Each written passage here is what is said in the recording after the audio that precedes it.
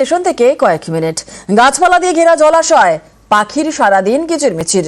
কঙ্কনা বাওরকে পর্যটন কেন্দ্র হিসেবে গড়ে তোলার চেষ্টা করছে স্থানীয় প্রশাসন।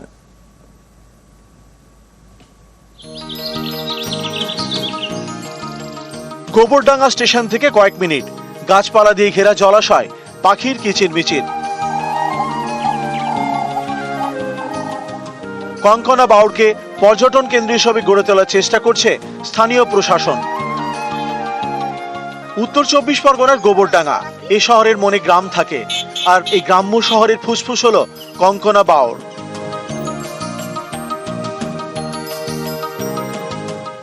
শিয়ালদা থেকে ট্রেনে মচলন্দপুর অথবা গোবরডাঙ্গা, তারপর ভ্যানে চেপে সোজা কঙ্কনা বাওর।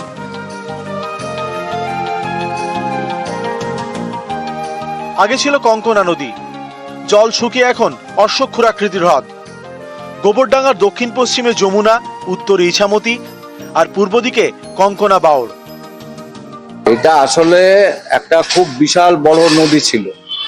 হ্যাঁ, সেই নদীটার ক্ষয়িষ্ণু অবস্থাতে একটা অশ্বক্ষুরাকৃতি হ্রদ তৈরি হয়েছে। এটা দেখতে অনেকটা মেয়েদের কঙ্কনের মতো, তাই থেকে হয়ে গেছে কঙ্কনা বাওর। চারপাশে শুধুই সবুজ।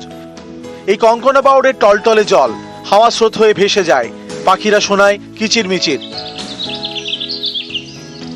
বাবুই পাখির বাসাও এর পাশাপাশি রয়েছে। আমাদের সাইবেরিয়ান যে বালিয়াসগুলো, সেই বালিয়াসগুলোকে আমরা এখানে দেখতে পাই।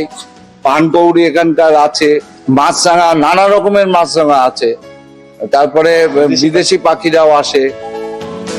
স্বাভাবিক পাখির কোলাহল এই এতটা বড় একটা জলাশয়ের সামনে দাঁড়িয়ে, তার পাশে আমাদের ইতিহাসের সাক্ষী আমাদের জোড়া শিব মন্দির, একটা অন্য অনুভূতি তো হয়। এটা আমাদের গোবরডাঙ্গা বাসী হিসাবে প্রাপ্তি তো বটে।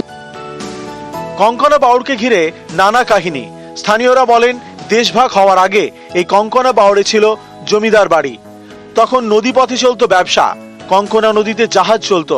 এখন কঙ্কনা বাওর, যাকে পর্যটন কেন্দ্র হিসেবে গড়ে তুলতে চাইছে স্থানীয় প্রশাসন। এটা আমরা একটা স্কিম করেছি, এই স্কিমটা আমরা রাজ্য সরকারকে পাঠিয়েছি। হয়তো একটু স্কিমটা বড়, যেহেতু নদীটা অনেক বড় আকার, একটু স্যাংশন হবে, একটু লেট হবে, আমরা ভাবছি এটা নিয়ে। স্বরূপনগর থেকে জিয়াউল আলম, নিউজ 18 বাংলা।